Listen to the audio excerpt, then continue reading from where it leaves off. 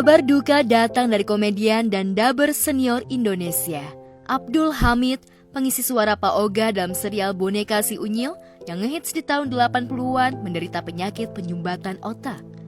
Menurut sang istri Yuyun Widayanti, sudah 3 bulan Pak Oga menjalani perawatan intensif, namun penyakitnya tak kunjung sembuh. Karena keterbatasan biaya, akhirnya komedian berkepala plontos ini memilih menjalani rawat jalan di rumah.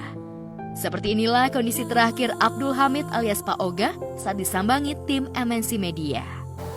Iya, pertama yang ketahuan ada penyakitnya ini, dia bilang cuma HP rusak dibawa ke dokter, tapi pulang lagi, nggak dirawat. Sebetulnya waktu itu harus dirawat, cuman dia bilang nggak usah dirawat, BPJS kita mati, nanti kalau umum mahal gitu. Akhirnya pulang 2 hari atau 3 hari saya lupa. Dia pingsan, saya bawa lagi ke rumah sakit baru dirawat. Kalau ini dulu ya, puyeng ya, pusing ya, puyeng semua, pusing dulu ya, aduh, udah nggak bisa, pusing kepala dari pagi gitu.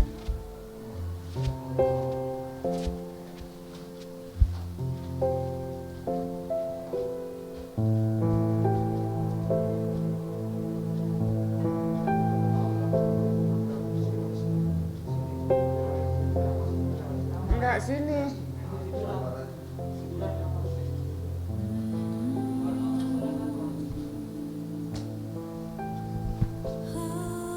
Apalagi ya, kesulitan ngomong.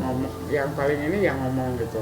Cuman dia lebih shock lagi karena kesulitan ngomong, jadi nggak bisa dubbing lagi gitu. Lahir pada 3 Desember 1948, saat ini usia Abdul Hamid sudah mendekati 73 tahun. Di usia senja, wajar bila kondisi fisiknya tak seprima dulu.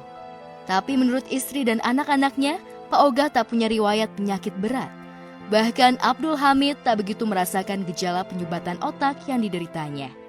Lalu benarkah Abdul Hamid sempat pingsan saat mengisi suara Pak Oga? Sedih, terpukul juga, shock.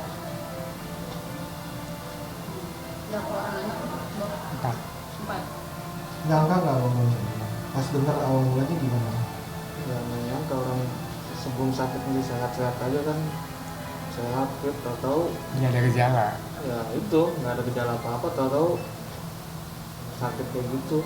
Justru pas ke dokter yang sekarang ini yang dirawat ini malah darah tingginya nggak ada, emahnya nggak ada, jadi ke penyumbatan sama kolesterol. Nggak tahu ya, pokoknya kalau diagnosa dari dokter, dari rumah sakit ya penyumbatan gitu. Cuman kan kita nih nggak tahu apa ya, kok begini jadi sakitnya itu. Mungkin kalau saat itu BPJS-nya aktif, ya mungkin dirawat. Tapi akhirnya dibawa pulang, dia udah kumat lagi, pingsan, saya bawa ke rumah sakit. Ya, sekarang Pak Oga sudah bisa bicara sepatah 2 patah kata. Ia pun masih bisa mengucapkan jargon yang fenomenal di tahun 80-an. Oga cepet dulu dong. Saking fenomenalnya, sosok pengatur jalan yang suka meminta uang recehan kepada pengemudi disebut Pak Oga hingga sekarang. Lalu benarkah meski foto-fotonya dalam keadaan terbaring di rumah sakit sempat viral, belum ada rekan-rekan selebriti yang menjenguknya? Kalau sekarang udah mendingan Kak? Udah nggak pusing lagi? Masa dikit aja habis pusing udah puyeng lagi. Harus tidur dulu biar balik lagi. Masih bisa nggak acting? Iya, masih. Capek dulu dong. Nanti kalau mau dikasih uangnya, cepet dulu dong. Gitu. Masih ingat ya Pak Oga ya? Teman-teman yang udah datang siapa aja? Nggak ada lagi, yang mana udah habis ya. Habis, nggak ada. Asma, tinggal Aster.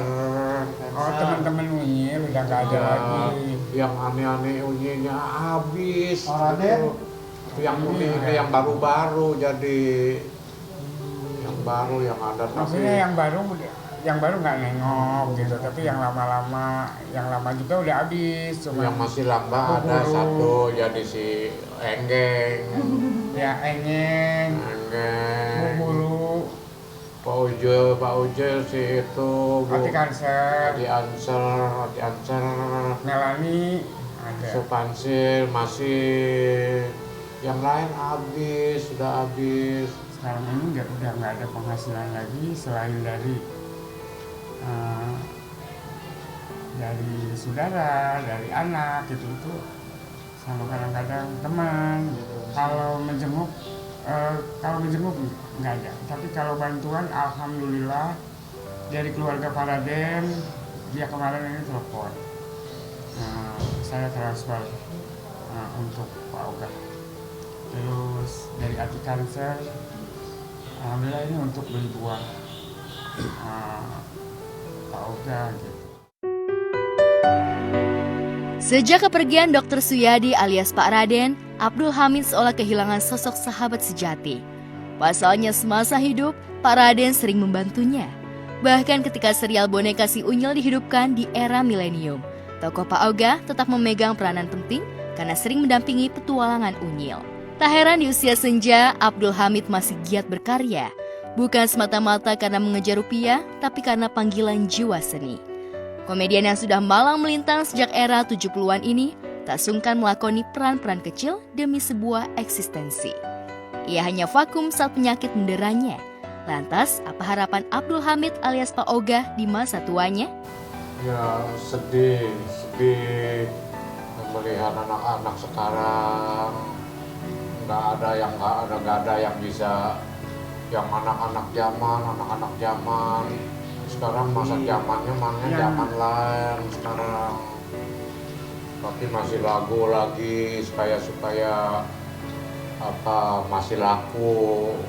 Maksudnya nggak ada film cerita yang mendidik gitu, disedih gitu. Nggak mau dubbing nggak? Aduh, kangen terus, pengen terus. Yang jelas kan, kalau ngemen nggak ngomong aja kan orang nggak bisa, nanti nggak ada lagi duit uangnya gitu kan. Nah, kalau nggak dubbing nggak ada duit lagi. Sampai kemarin pun dia masih, jadi pekerjaannya hilang itu setelah nggak ada suara. Jadi selama 11 tahun ke ini dia ngisi suara laptop si Unyil kan. Kalau memang nggak dibayar untuk kesini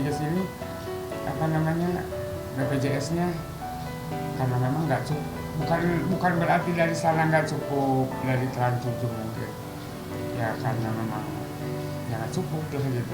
Makanya dia sekarang ini dia agak-agak kadang-kadang terpuruk gitu. Terpuruknya itu ya suara nggak ada, suara hilang, pekerjaan hilang.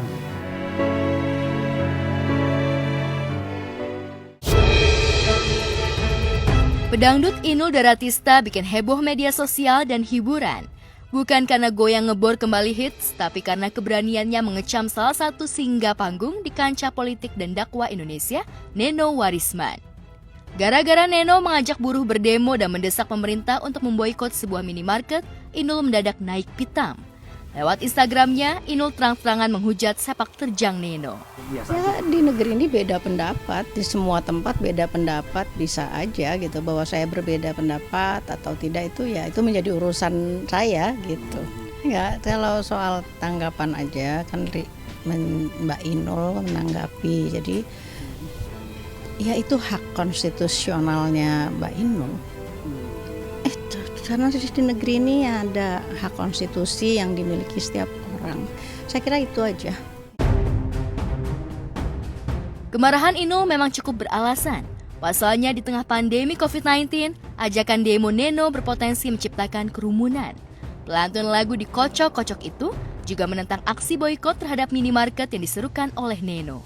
Pasalnya, sebagai pengusaha yang pernah memiliki ribuan karyawan sebelum pandemi, Inul tahu benar betapa susahnya bertahan hidup saat seabrek perusahaan tutup atau tak bisa beroperasi seperti sedia kala.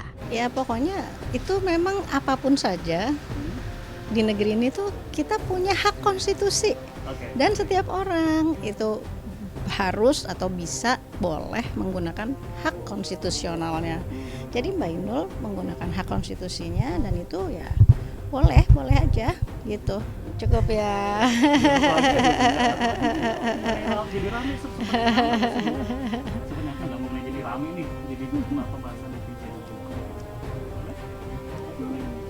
Udah itu cukup saya kira. Hingga saat ini, Inul belum bersedia menerima awak media terkait sikap tegasnya terhadap Neno, yang notabene adalah seniornya di industri hiburan. Tapi kepada sejumlah media online, Neno menyebut bahwa istri Adam Suseno itu hanya salah sangka pada aksi yang ingin diaktualisasikannya. Sebab demo yang disuruhkan Neno sesuai prokes dan sebagian melalui Zoom. Meski disemprot dengan kata-kata pedas oleh Inul, Neno tak sakit hati.